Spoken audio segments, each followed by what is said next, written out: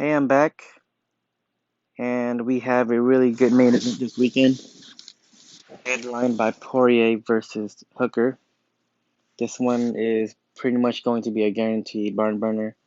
It's it has violence written all over it. I have the same feelings towards this fight as I did with Tony Ferguson, Justin Gaethje, and I have no doubts that this main event is going to deliver. As for the rest of the card, I'm not too familiar with a lot of people, so maybe take my opinion with a grain of salt on this card.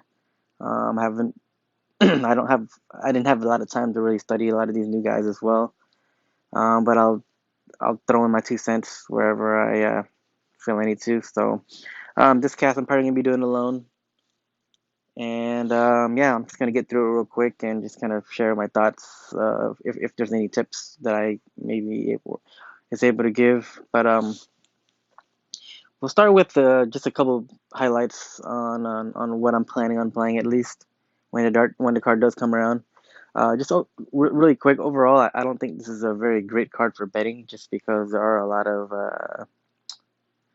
lot of mysteries on certain people, and just the matchups are not very they're not very what's the word I'm looking for, compelling, and there are a lot of guys that are just on the lower end as far as skills go, and they're just not very reliable bets.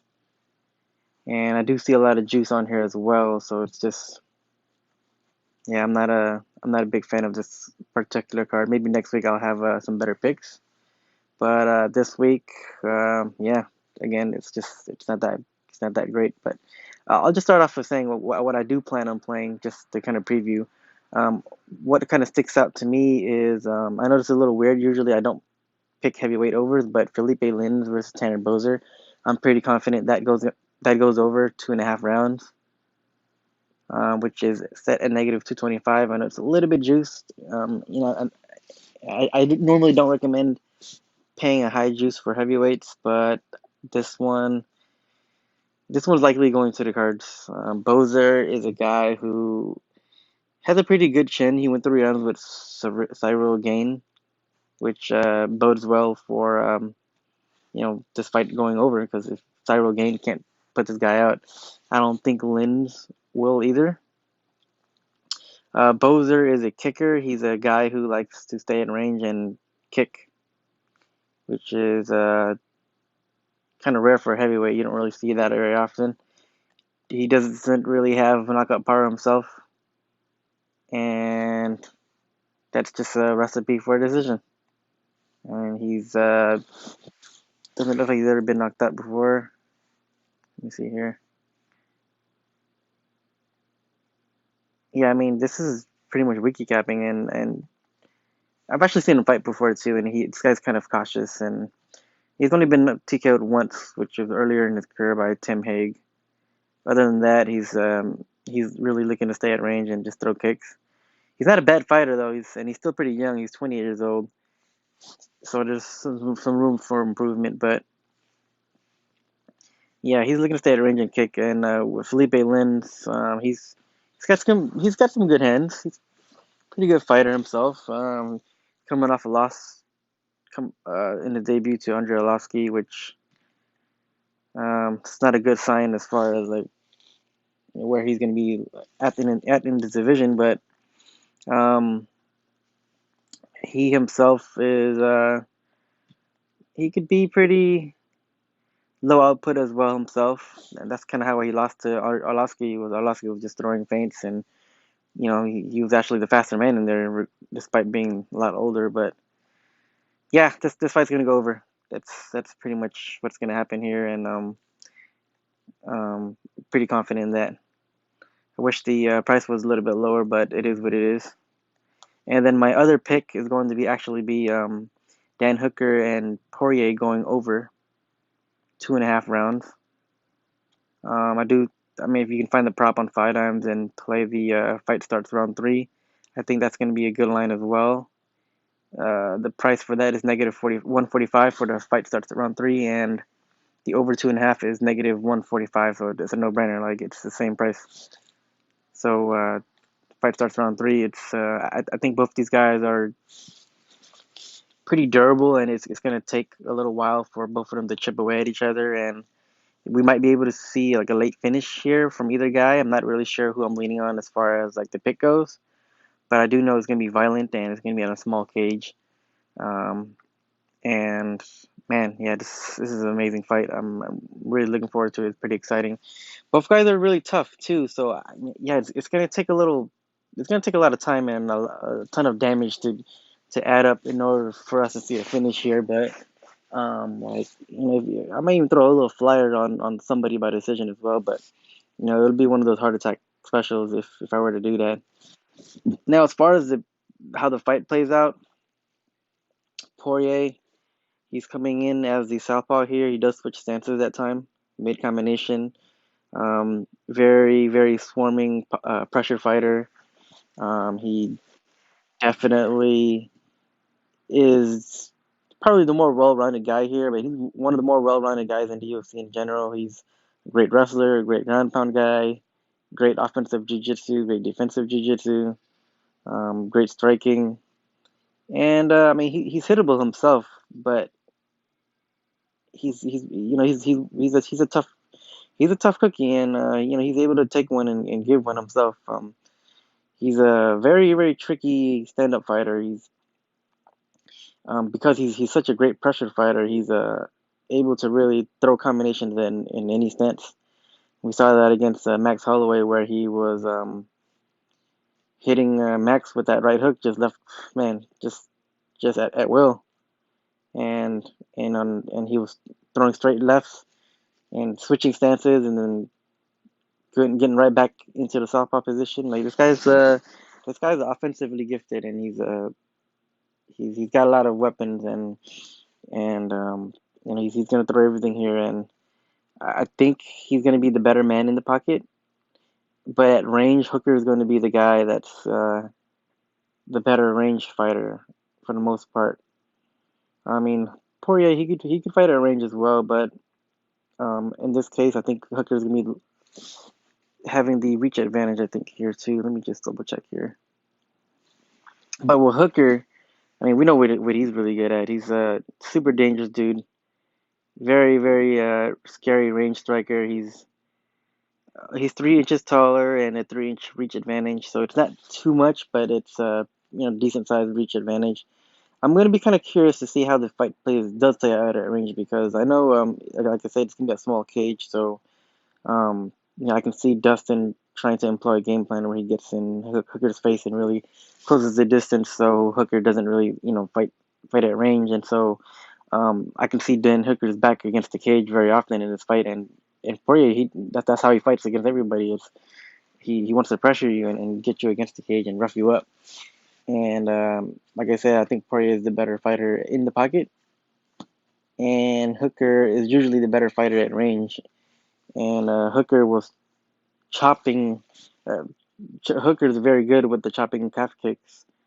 Um, he was chopping down Felder, who's a really great kicker himself. He was able to really slow Felder down with those calf kicks. And he fights long. He's really tall. I don't know how the hell he made 145 in his career, but he's at 155 now here, and he's looked really great at 155. Man, this is a tricky one.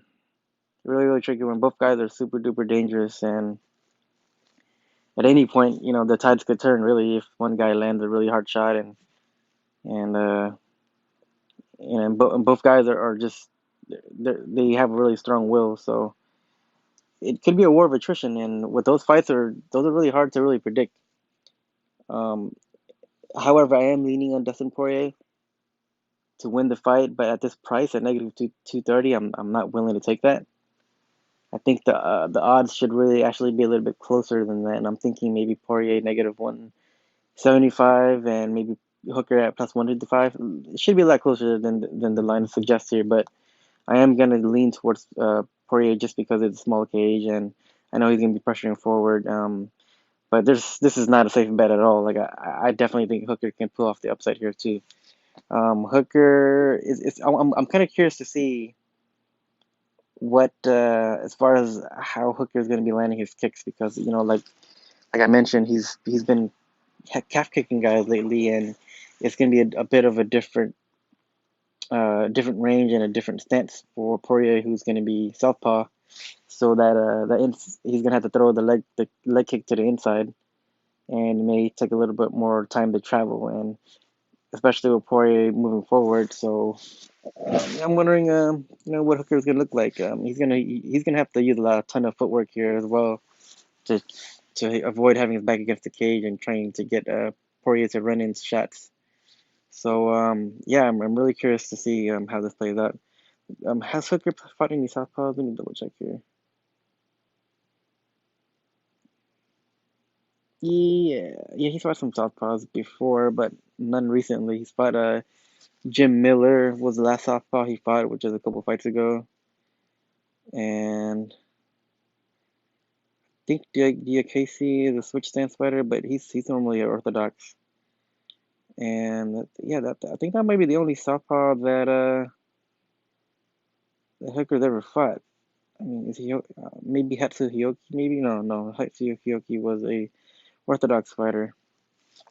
Even with Dan Hooker earlier in his career, he actually was a switch stance fighter himself.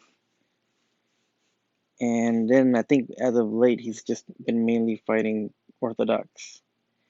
Yeah, there isn't really much evidence or just really tape watch on Hooker fighting against lefties other than Jim Miller, who he knocked out with that knee.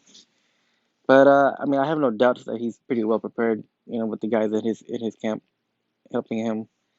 Um, Man, this is a good fight. I can't restate that enough. But I'm gonna go as far as betting wise. I'm gonna go with the starts round three or over 2.5, just because both guys are really, really tough, and it's gonna take a lot of time to chip away at these guys if either guy's gonna find a finish. And if I mean even with Dustin Poirier, he's fought the who's and some really dangerous dudes himself, and for him to last how many rounds with Gaethje here?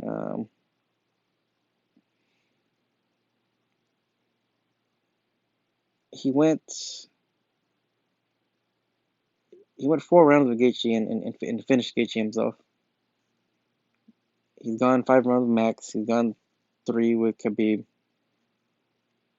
Yeah, this fight's gonna go over at least 3 rounds. I'm guessing it'll probably be a heart attack over 3 rounds, but Hooker is way too tough to be put away that easily unless he just accumulates the damage. So yeah, those are my two picks for this card. Uh, Dan Hooker and Poirier starts round three, or the over 2.5 if you don't have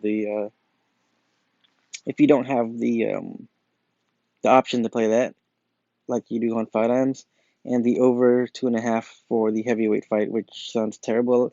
Sounds like a terrible idea, but this fight plays out to a decision more often than not between Felipe Lins and Tanner Boser. And then the rest of the picks are just a little more iffy to me. I don't have a solid opinion on the rest of the card. Um, so those are my two picks, and then I'll just kind of run through the rest of the card here. Jin Yu Frey versus Kay Hansen. I don't know who these two women are. I think they're both making their debut, and I really don't even care to even look up tape. Um, Low level female fighters. I'm sure you guys know. I don't.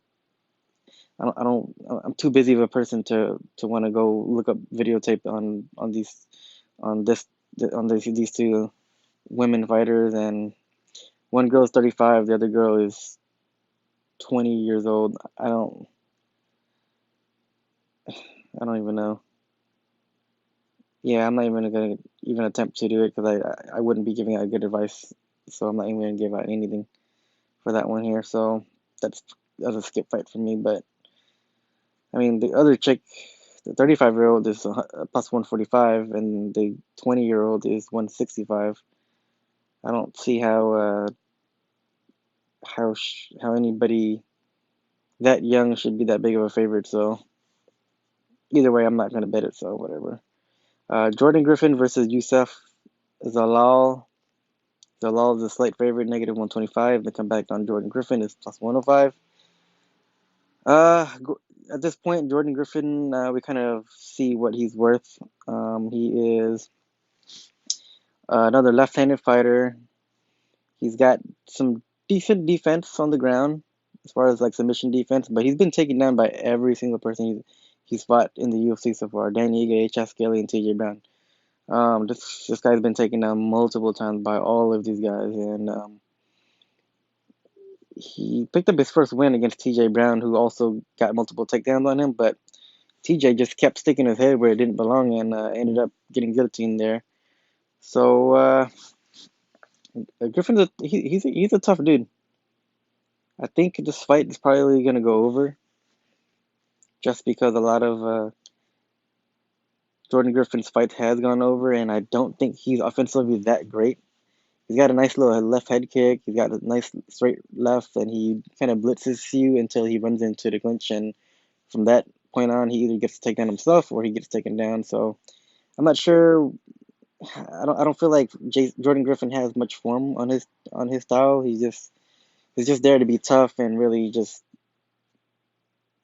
get into exchanges with people and see where it goes. And mid tier fighter, and I'm not really sure what his style is, to be honest. He's kind of an all arounder guy, but tough dude. And I think it should end up going to over 2.5. So that might be a play here. Yusuf Zalal, I've seen him fight only once against Austin Lingo, and I don't really know who Lingo is himself myself. But he is fighting out of Factory X from what it looks like. He's a young dude, 23 years old. It looks like he has some decent footwork. He's looking to really move around a lot and throw a lot of kicks and stay at range. And then he definitely was a more faster dude than the Lingo Cat. And he was able to mix it up with takedowns as well. So looks like a smart fighter, like decent IQ. He's a little bit too young for me to really determine what he's really made out of, and it's really hard to tell. But he's got 2 decision losses, so he's never been finished. Uh, 7 out of 8 wins has gone to has finished, but yeah, I think Jordan Griffin went 3 rounds with Skelly and Dan Ige, so I don't think this little cat is going to finish Griffin here. So yeah, give me the over 2.5 on this one, and it's set at negative 165. Not too mad at that. So as long as it's in the 100s, I'm not too mad at that. So yeah, that's my play for this one, over 2.5. Next fight we have Takashi Sato, and it looks like a guy named Ramiz Brahimaj is not fighting anymore. They're replacing him with a guy named Jason Witt, who I know nothing about. This Witt guy is from, it looks like, what camp is this? James's Cross, James Krause's camp. Um, Looks like a veteran. He's 17-5. He's got finished in all of his losses, but he's got a mixed bag of submissions, TKOs, and decisions. He's taking the fight on 1 day notice, so I don't really know. I don't know what this guy's made out of. I haven't really did any tape on him, so the odds aren't even out yet either, so there's not really much to discuss there. Sato is another southpaw fighter who's got a pretty good straight left. He throws a lot of jabs. He's kind of a low output guy though. Throws a ton of jabs. He's got a decent get up game. I think he's got a judo background as well, so he's got a little bit of grappling in him. And that's pretty much what Sato is. He throws elbows standing up. He's got some decent ground and pound. Not a not a great fighter, but he's got some skills there. So depending on what the odds are looking like, we'll see. Next fight we have another fight that's been taken off. Mauro Romero Brella versus another chick. I'm not sure who she was. So that fight's off. And then Sean Woodson, another fight that got replaced with a. It was supposed to be Sean Woodson versus Cal Nelson, but now Cal Nelson is being replaced with Julian Erosa, a guy who's been around the. He's been around. He's a veteran at this point and somewhat of a journeyman. These 2 guys are probably going to be the tallest guys you're going to be facing here at 145. Woodson is 6'2". Julian Erosa is 6'1". They're both similar height, um, similar in age as well. And I'm wondering what the height, what the reach difference here is. But yeah, it's gonna be two gangly tall guys fighting, and man, I don't really know enough about Woodson. In his last fight against, okay, so Woodson has 78-inch reach and 75 for Julian Erosa, so slight differences for Woodson. I don't know how the fuck this guy makes 145 at 6'2" with a 78-inch reach, but he's coming in as a huge favorite here, and for a guy that's so young in his career, I don't see why he should be negative 450, and the comeback on Erosa is plus 360. I'm not planning on betting Erosa, but man, like negative 445. That's I mean 450. That's ridiculous. I would never do that against a guy as experienced as Erosa. Erosa is 22-8. These guys he's had 30 pro fights, and Woodson has only had 7 pro fights. He's been pro since 2016. Hasn't fought really much people of note. And but I mean, he did look pretty good against that fight in his debut against Kyle Bochniak, who was completely outreached here. He was 5'7", and Woodson was 6'2". Like that's 7-inch height advantage. Like he just pretty much kept him at bay. He has some pretty good movement for a tall guy though. And like on paper, from what I see, Woodson looks like the better fighter here, and I do think he's gonna win. But at 450, that's ridiculous. Woodson, he showed some pretty good takedown defense against Bochniak, but it looks like he's only got one layer of takedown defense, so it's gonna take a chain wrestler to really be able to get him down. And I think if you give him a step up, he'll probably get out wrestled by some of these wrestlers. But Rosa isn't that guy, so probably gonna end up being a striking match. And Woodson looks like the cleaner, better striker, so I'm gonna go with him. Not sure if he's gonna finish him, but Woodson has had 3 finishes on his record for decision, so it could end up being a decision line, and that decision line is plus 160, so maybe it might maybe go over. I'm guessing maybe the over 1.5 might be a play that I might be looking at, or maybe even over 2.5. But I'll take a look at that. I mean, if the fight does finish, I'm guessing Rosa's probably going to be the one to get knocked out. And yeah, I mean, there's not really much Woodson has. I mean, there's not really much to go by. He hasn't had too many fights. So, all right, next fight we have uh, Felipe Lins and Tanner Boser. I've already mentioned that. I think the fight's gonna go over 2.5. I'm actually low key thinking about playing Felipe Lins by decision. As far as like a prop goes, maybe I might be able to squeeze some juice out of that. So Lins by decision is at plus 230. I think that's a pretty decent line. I think I mean he's more of the boxer, and Boser's more of a kicker. And I think maybe if Lins gets on top, he might be able to have the advantage here. So yeah, I'm gonna end up adding that to the one of the plays at plus 230. Lins by decision plus 230, and my main play for this fight is gonna be over 2.5 for this fight. Luis Pena versus Worthy. This is a fight for featherweight. Pena is an okay fighter. He's for a tall guy like this, he grapples a whole lot more than you'd expect, and I'm expecting him to possibly grapple here as well, to have that in his back pocket against Worthy.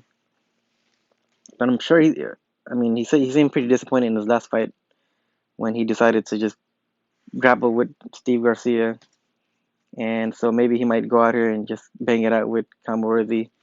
Kama is a journeyman. He's 15-6, and all 6 of his losses has been by finish. So, I mean, this fight could end up being a finish if you go by statistics, if you kind of go by fight finder capping. So I'm guessing. I mean, I might throw a little flyer on Luis Pena by KO, since Worthy has 5 KO losses, and the line on Pena by KO is plus 450. So I'm gonna throw a little flyer on that, even though it's just wiki capping, and I'm not really sure how this is gonna play out. But Pena isn't.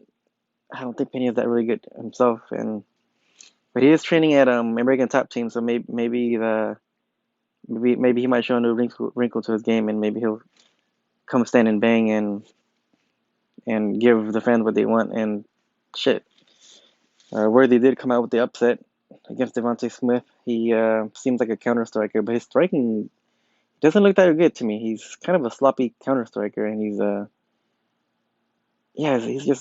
got like weird angles that he hits people with, and but his chin is there for the taking. So man, like yeah, Bob Ross. I mean, Luis Pena is going to be the taller man in the cage here, and I don't think Kama Worthy has dealt with somebody as tall as this. So, and especially with uh, Pena having the better grappling as well. So, I think Pena is going to win. He's negative 230. I might even play that line as well.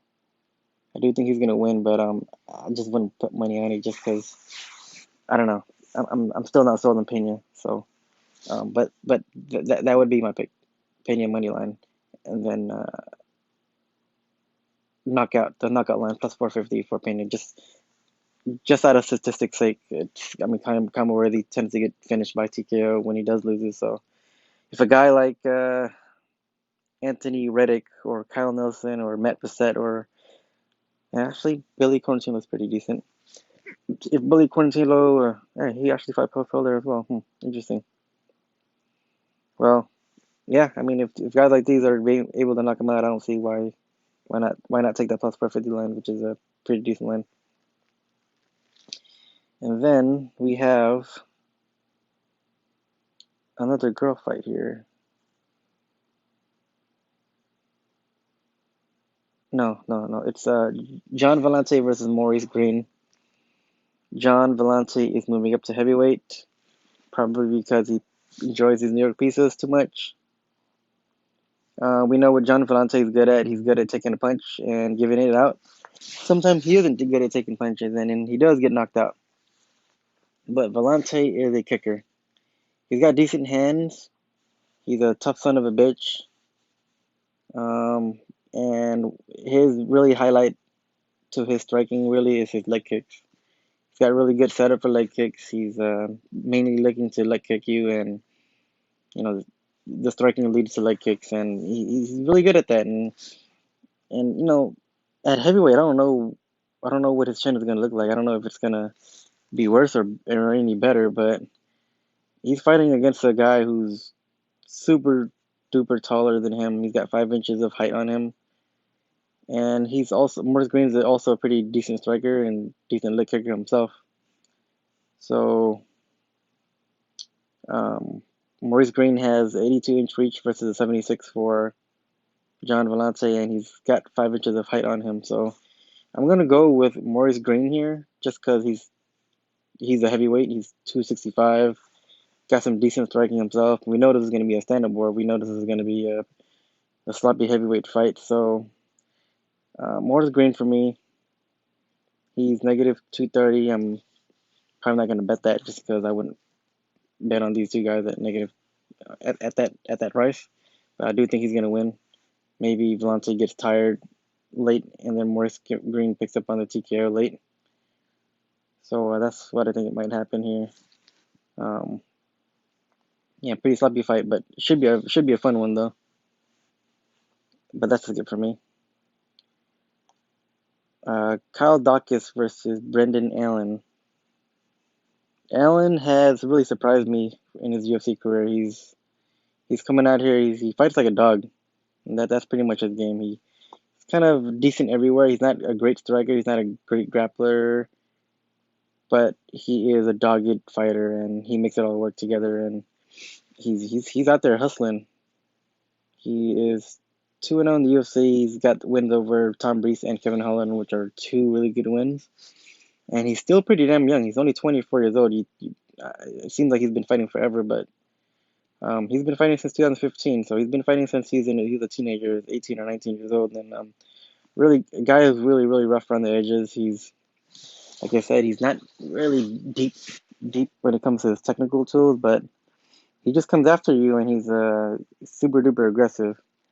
He's really aggressive with his ground and pound. He's really aggressive with his submission hunting, and if you sleep for 1 second, he's gonna catch you. And just like what Kevin Holland did, Kevin Holland is really the type of guy who puts himself in really bad positions, but ends up getting out of it. But this time he didn't, so he ended up getting choked out by Allen. So not a guy you want to sleep on and give opportunities to get his hands around your neck. So in this fight, I saw a little bit of tape of Kaldakis because I kind of wanted to bet on him just because he was 9-0 and had some looked like he was pretty decent. But just on paper, it seems like Allen might be the more aggressive guy and the, the more aggressive ground and pound guy, the more probably the more stronger and athletic guy too. I'm picking Brendan Allen to win, but at his current price at negative 310, and to come back on Kyle Dawkins at plus 255, I'm not I'm not gonna bet on that. But as far as picks goes, I think Brendan Allen's gonna win. I wouldn't fault anybody for taking Dawkins at plus 255 just because Allen's not that good. But I do think he's gonna win here, and I think I saw a video of Kyle Dawkins fighting some random dude named, let's see here, Elijah Jaboli, which was his fourth pro fight, which was 2 years ago, and he was and the this guy this let's see this guy's yeah this dude Elijah dude is 6-8. His current MMA record is 6-8, and he was getting pieced up by this dude and looking like he was getting almost getting ready to get the TKO stoppage, but he ended up coming back and getting the rear naked choke on this dude. So he looks like a decent fighter though, this Kalidakis guy, and he's got some Bravo chokes. He looks like he's really good with the front headlock chokes. But Allen is a pretty good jiu-jitsu fighter himself. I don't know if it's gonna be really hard. It's gonna be really tough to put Allen away. So I'm gonna go with Brendan Allen here by just being more tenacious, being a little more meaner, and finding the strikes in between, like the ground and pound, the strikes in the clinch, and just being overall more aggressive to get the victory here. But um, yeah, that's a no bet for me at that price. So all right, co-main event: Mickey Gall versus Mike Perry. Mike Perry is a huge favorite, negative 320 to come back on Mickey Gall is plus 260. On paper, I think Mickey Gall is going to knock him out. But this is a weird matchup just because, just Mike Perry's in a really weird position just because, we've heard that he doesn't have a much of a team behind him, and his corner man is going to be his girlfriend, which is really weird as well. So it's going to be a really weird matchup. I really don't know what he's going to come up with, but Mike Perry is another guy with a mean streak, and I think that mean streak is going to carry him to a victory here. Mickey Gall is not much of a striker. He's kind of defensively loose. Mickey Gall is mainly just a back taker. His wrestling's not that great either, but maybe if he's able to get to Mike Perry's back, he might be able to finish off the choke or something. But I think Mike Perry is just like his brute strength is going to be able to get him out of a lot of sticky situations. If Mickey Gall were to be able to get him down. So Mike Perry, like I know a lot of people talk shit about him, but like this guy's he's a street fighter. That's the difference between him and a lot of other fighters is that he's mean. Like he's just built mean, and he's he's got he's super duper rough. So in his fight against Vicente Luque, I actually thought that going into that fight it was 1 round apiece, and he was showing a lot of really good boxing techniques as well. So a lot of little tricky things he was doing. His left hooks, Mike Perry's mainly known for that right hand he throws. He doesn't really throw much else, but in some recent fights he was throwing a lot of different techniques, and I saw him throw some throw some variation on his strikes. So he gave Vicente Luke a really tough run for the money. He roughed up Alex Oliveira, who's a kind of have the same body type as Mickey Gall. Even with Donald Cerrone, he was just outmuscling Donald Cerrone in a lot of positions, but of course, Cerrone stepped on that triangle. Paul Felder, but Perry's fought a lot of good guys. And even with Santiago Ponzinibbio was his face was bloodied up, and like all these guys, I think would probably destroy Mickey Gall. Everybody that makes Perry fight at least. So yeah, give me Mike Perry by knockout. Um, the odds aren't that great on it, so not really much to say about that one. And I've already covered the main event, Poirier versus Dan Hooker. Really, really fun fight. Over is my play. Over 2.5 or fight starts around 3 and negative 145. And yeah, that's pretty much all my plays for the weekend. I not as you can see, it's not really too many strong leans, but my two picks are going to be two overs. I love overs. A little bit scary to play overs on a heavyweight fight in a small cage, and then also, two violent fighters like Dan Hooker and Poirier in with the overs in a small cage. But I do think those two will hit. But more of an ante down though. Not too confident in those picks, and not really. Yeah, this card isn't really that great. And then adding on to the fact that I'm kind of a busy dude, so if the card doesn't really interest me too much, and I don't see anything that pops up at me, and I don't like it doesn't excite me, I'm not gonna put too much time into reading up on guys like freaking Volante or Dawkins and all these other whack foos like Mickey Gall. Well, I'm not gonna call them whack. They're good fighters. Just I don't see I don't see any dollar signs as far as props or any spots here. So yeah, those are my two picks. The next card, I like it a lot better. There's some names there on there that I do like, so I'll have some better tips and some better picks, and I'll probably have a co-host for the next one. So stay tuned for that. I'll try to release it next week, maybe a little earlier than usual. This week, just trying to find the time to really break down some of these fights, and couldn't find the motivation to really look up some of these dudes or gals. So apologize for that, and I'll try to be a little more consistent with these podcasts. I know a lot of people listening to this are trying to find as many different angles as they possibly can, and I'm trying to figure out with my own thoughts and my own advice on how I would play this as well. So yeah, yeah, moving forward, we'll be a little more consistent. And I'll try to keep us a more consistent schedule. So yeah, stay tuned for next week. I'll good luck for this weekend for everybody, and hopefully you guys have some better picks than I do. But yeah, enjoy the fights, and I'll catch you in the next one.